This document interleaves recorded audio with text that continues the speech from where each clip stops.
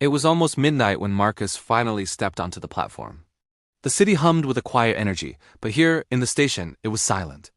An unnatural, heavy silence, broken only by the incessant buzz of the old fluorescent lights overhead. They cast a pale, sickly light on the empty tiles, making everything look washed out and unreal. He glanced at his watch, the tiny glowing numbers showing 11:57 p.m. A weary sigh escaped his lips, his breath misting in the surprisingly chilly air. He was just ready to be home, to put this long, exhausting day behind him.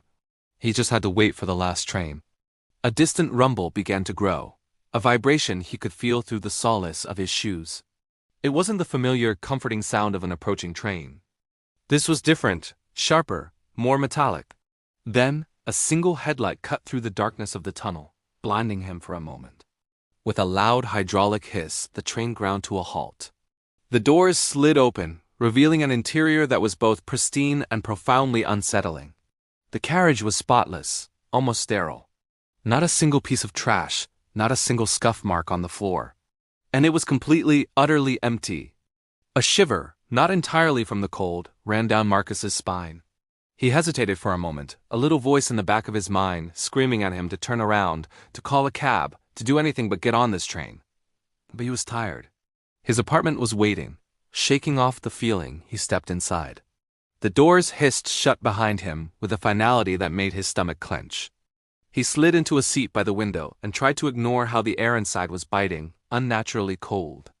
The train lurched forward, not with a gentle start, but with a sudden powerful surge that pressed him back into his seat. It was moving fast, much faster than usual.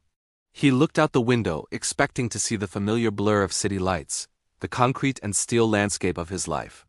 But there was nothing. Just a deep, impenetrable blackness, as if the entire world outside had been switched off, erased from existence. It was like traveling through a void. The train rattled on through the darkness for what felt like an eternity. Marcus's sense of time began to warp. Was it minutes? An hour? The rhythmic clatter of the wheels on the track was the only sound, a hypnotic mechanical heartbeat. Then, just as he was starting to drift into a state of weary acceptance, the train began to slow. The screech of the brakes was a piercing shriek that echoed through the empty carriage. Marcus looked up, a sense of relief washing over him. The next station, people would get on. The silence would be broken. He wouldn't be alone anymore. The train stopped. The doors hissed open, but no one got on. Instead, something else slipped in. Shadows. At first, he thought it was a trick of the light, but they had substance, a weight to them. They were dark, human-shaped figures, but utterly featureless. No clothes, no hair, no faces. They moved with a silent, gliding grace down the aisle, their movements perfectly synchronized. A group of them settled into the seats directly across from him. Marcus's heart began to hammer against his ribs. He couldn't breathe. This had to be a dream. A hallucination brought on by exhaustion. He was just overtired. That had to be it. He squeezed his eyes shut, trying to force the world back to normal. He counted to 10, his pulse throbbing in his ears. When he opened them again, his hope died in his throat. The shadows were still there. But now they were closer. They had moved without making a sound, their featureless forms now just inches from his own. Their heads, smooth and blank as polished stones, turned in perfect unison to stare at him.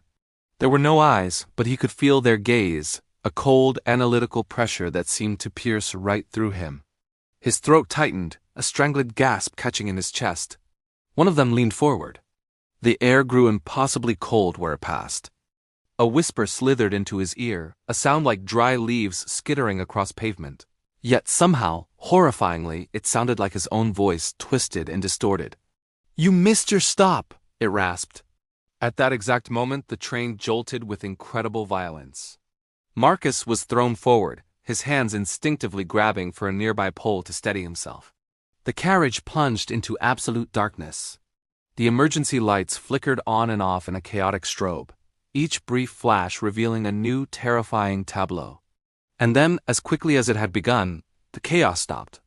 The main lights hummed back to life, flooding the car with their cold, sterile glow. Marcus, trembling, looked at the seats across from him. They were empty. The shadows were gone. A wave of dizzying relief washed over him, so powerful it almost made him laugh. It was a dream. It was all in his head. But as his eyes scanned the carriage, he saw it. Pressed against the dark glass of the windows, faint but unmistakable, were the shapes of the shadows.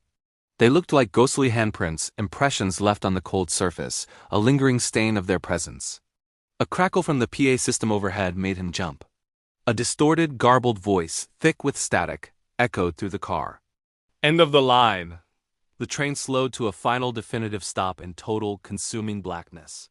There were no station lights, no city glow, nothing. The doors hissed open one last time. A freezing wind, colder than anything he had ever felt, swept into the carriage. It carried with it a chorus of whispers, a multitude of voices all murmuring his name over and over again.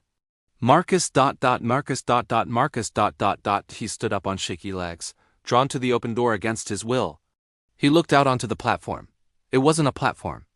It was an endless expanse of gray concrete, stretching out into an infinite starless nothing. It was lined with countless doors, all identical, all closed, all leading nowhere. It was a place outside of place, a final destination. With a deafening slam, the train doors snapped shut behind him, sealing him out. He spun around, pounding on the glass, but his fists made no sound. Through the window, he could see them. The shadows were back in their seats, their blank, featureless faces turned towards him, watching his despair with silent, unnerving patience. Then, the train began to move, pulling away from the impossible station, its single red taillight shrinking into the void until it was just a pinprick. And then nothing. Marcus was left alone in the station that was not a station, standing on the platform to nowhere. The wind whispered his name, a constant chilling reminder of his fate. He was waiting for a train that would never return, in a place from which there was no escape. The last train had taken him, and no one ever saw Marcus again. Thank you so much for joining me on this chilling journey. If you enjoyed this story, don't forget to hit that like button, and subscribe to the channel for more tales from the shadows. Ring that notification bell so you never miss a trip into the unknown. Stay safe out there, and until next time, be careful which train you take home.